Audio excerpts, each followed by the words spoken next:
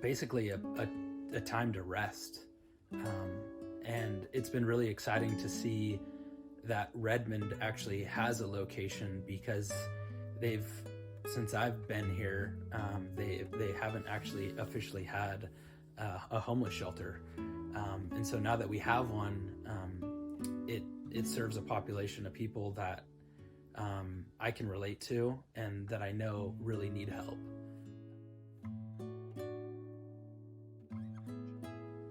Yeah, so 2010, actually about 2008 to 2010, I was homeless. I lived on the streets of Portland, and I went in the Teen Challenge program, and which is a faith-based discipleship program for specifically the location I was at was just for men in Bend, Oregon. And I went through the program, I graduated, became a staff member, and I got to see firsthand, outside of my own experience, I got to see what addiction and what homelessness does to people. I didn't want to be homeless. I didn't want to be sleeping underneath an awning in downtown Portland. But because of my life decisions up until that point, drugs were more important to me at that point than anything else.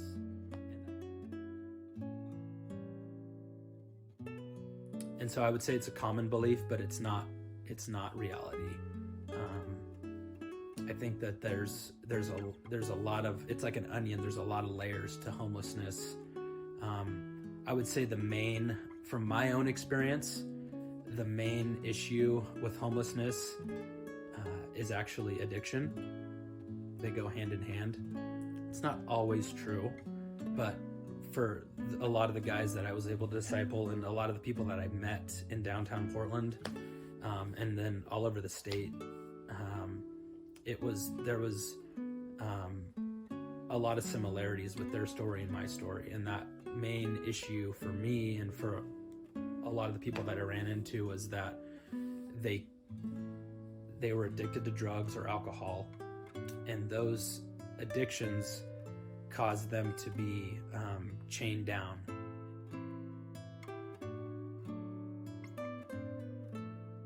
It's very challenging, but they do go hand in hand.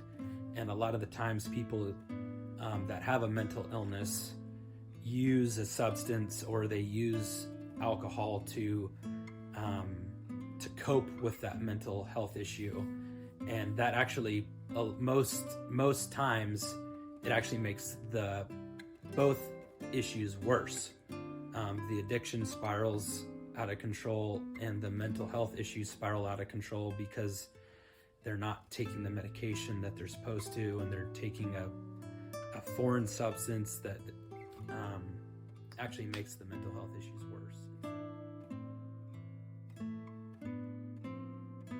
I would say that, based on a percentage, it was probably upwards of 85% of the men that came into our program didn't come from a stable home life, didn't have somebody to look up to. And so our mission in Teen Challenge was to kind of point them towards our Heavenly Father.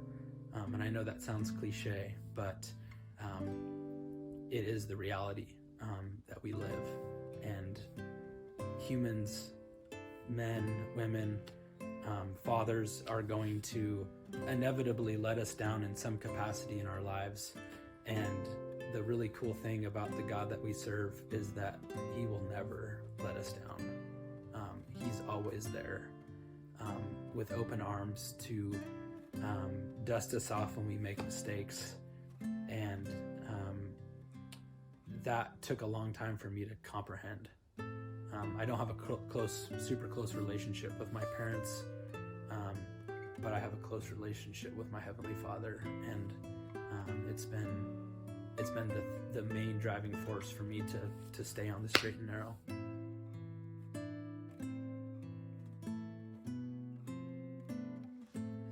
I think for specifically in this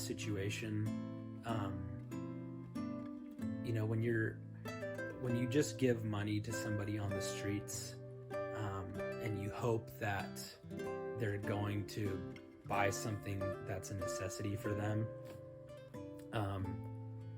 it's different than when you're giving it to an organization that's then going to distribute that, because you're putting your trust that organization, the Bethlehem Inn, is going to distribute the resources that we give them in the right way to people that are really in need. We don't expect a certain outcome. I think that, well, maybe some of us expect a certain outcome, but that's not the reason that we give or that we should give. We give because at the end of the day, everything that we own and we possess actually belongs to our Heavenly Father.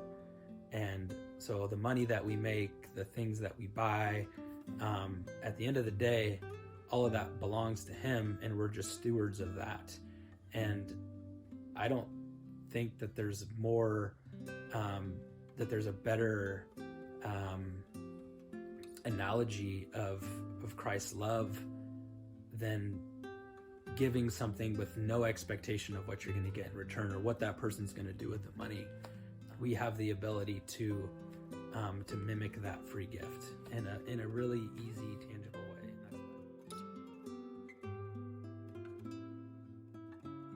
You're giving somebody hope because they go throughout their days not noticed. They have people yelling at them to get a job. They have people that are looking down on them for whatever reason. And as Christians, we're actually called to the opposite of that. We're called to love people regardless of their situations, and to lift those people up and